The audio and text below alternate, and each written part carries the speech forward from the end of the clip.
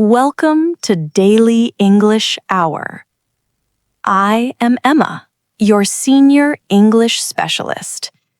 It is so wonderful to be with you again today. Before we dive into our lesson, I want to invite you to join our community. If you want to speak English with confidence and grace, please take a moment to subscribe. Now, David, I couldn't help but notice you look very sharp today. Did you happen to visit a barber this morning? Yes, Emma, I did. But I must admit, it was quite a stressful experience. I realized that describing a haircut in English is much more complicated than I expected. I had a specific style in my mind, but the words just weren't there. I ended up saying, "Please make it short," and just hoping for a good result. Why is it so difficult to describe what we want for our own hair? Oh, David, you are certainly not alone in that. Talking about hair is actually a very technical conversation. Most learners only use basic words like long or short, but hair has texture and it has character. If you only say short, the barber has to guess everything else. To get the look you want, you must first understand your own hair type. Let's start with the main textures: straight, wavy, and curly. Texture. That makes perfect sense. I always thought hair was just hair. But mine is not exactly straight, yet it is not very curly either. It has these soft S shapes, especially when it is humid outside. Is that what you would call wavy? Exactly. That is wavy hair. And we also must consider the thickness. Is your hair fine or is it thick? Many people mistakenly use the word thin, but in the professional world, we use fine to describe the diameter of each individual strand. Knowing this helps the barber choose the right tools to give you the best shape. Fine hair. That is a new term for me. I believe I have thick, wavy hair. But Emma, what about the damage? Sometimes the ends of my hair look like they are splitting apart. It makes the whole haircut look untidy. Is there a power word for that? We call those split ends. Every stylist wants to avoid split ends. And if your hair feels dry or looks messy, we describe it as frizzy. To fix these issues, you do not always need a full cut. Sometimes you just need a trim. A trim means removing the damaged ends while keeping your current length. It's the secret to healthy, professional-looking hair. A trim. I like the sound of that. It feels much safer than a full haircut. But Emma, what if I want something more creative? I see people with these beautiful, lighter strands in their hair. Is that also part of a trim? Oh, no, David. That is a much more colorful world. We're going to explore colors, highlights, and some very sharp modern styles in the next part of our conversation. Stay right there. Welcome back. Now that we understand texture, let us move into the world of color. Many people want to change their look without changing their length. They look for light and shadow in their hair. David, have you ever thought about changing your hair color? To be honest, Emma, the idea terrifies me.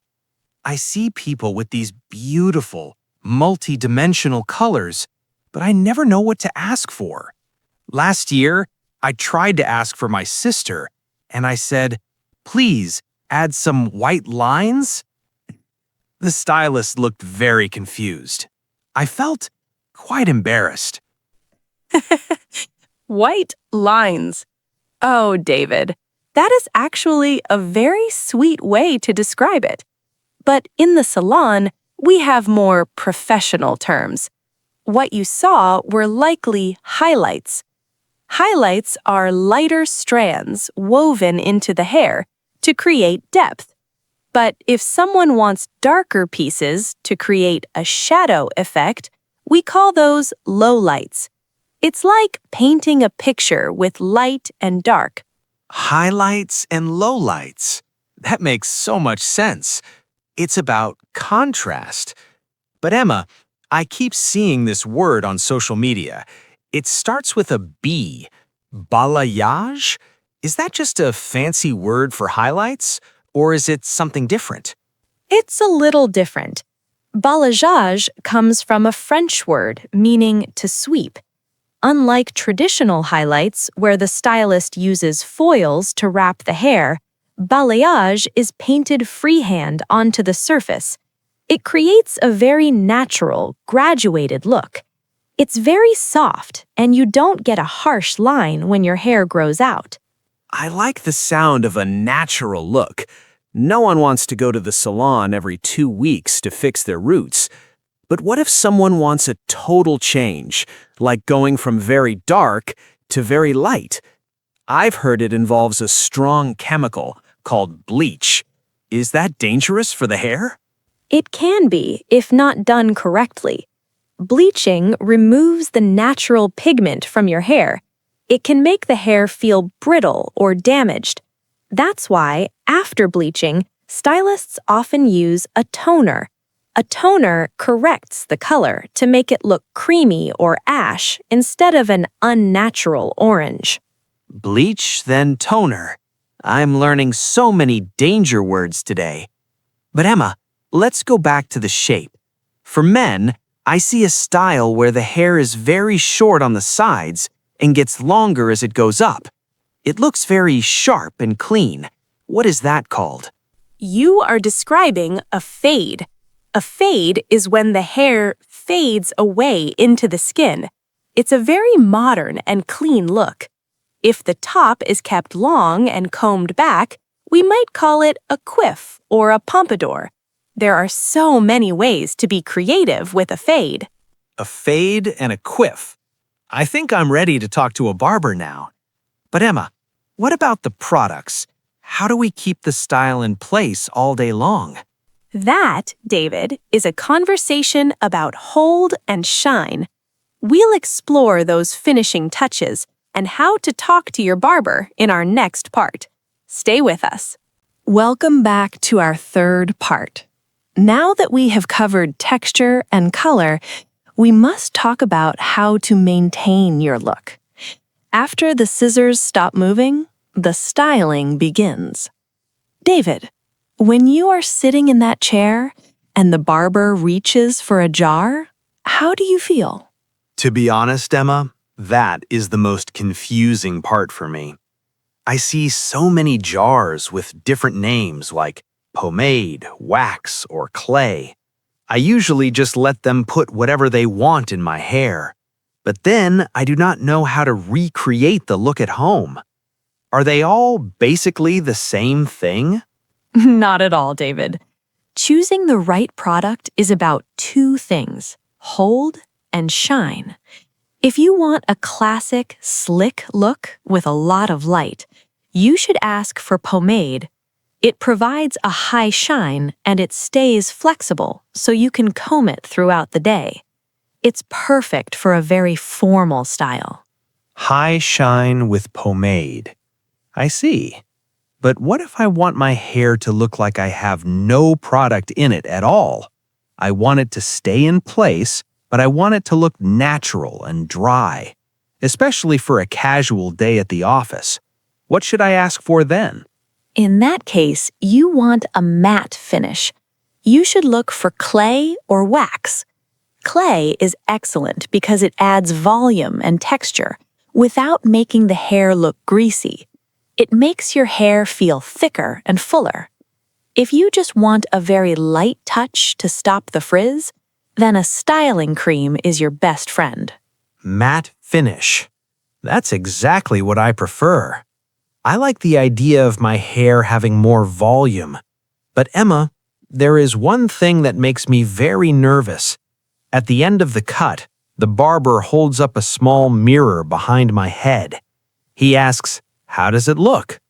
Even if I see something I don't like, I feel too shy to say anything. How can I give feedback without being rude? David, you must remember you are the client. Barbers actually appreciate clear feedback. You can be very polite yet firm. For example, you can say, "Could you please take a bit more off the top?" Or, "Could we make the fade a little higher?" Using specific words like texture or taper shows that you know what you want. It helps them do a better job. Take a bit more off the top. I will try to remember that. It feels more professional to use those words. I feel much more confident already. But Emma, there is one thing that makes me curious. What happens after I leave?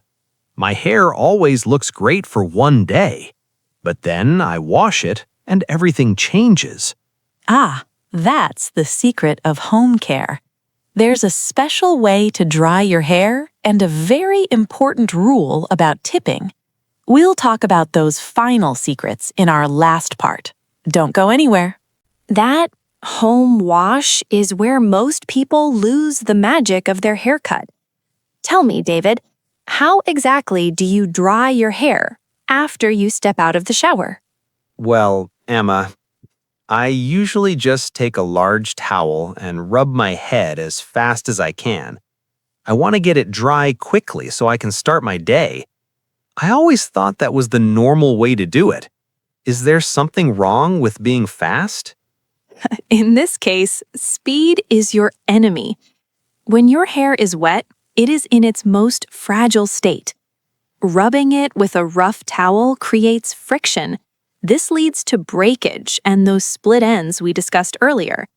It makes your hair look frizzy, no matter how much product you use. Friction? I never thought a towel could be an enemy to my style. So what should I be doing instead? If I don't rub it, how do I get it dry without waiting for hours? You must pat it dry. Instead of rubbing, you gently press the towel against your head. Let the fabric absorb the water slowly. And if you want the best results, use an old cotton t-shirt instead of a towel. It is much softer on the hair cuticle.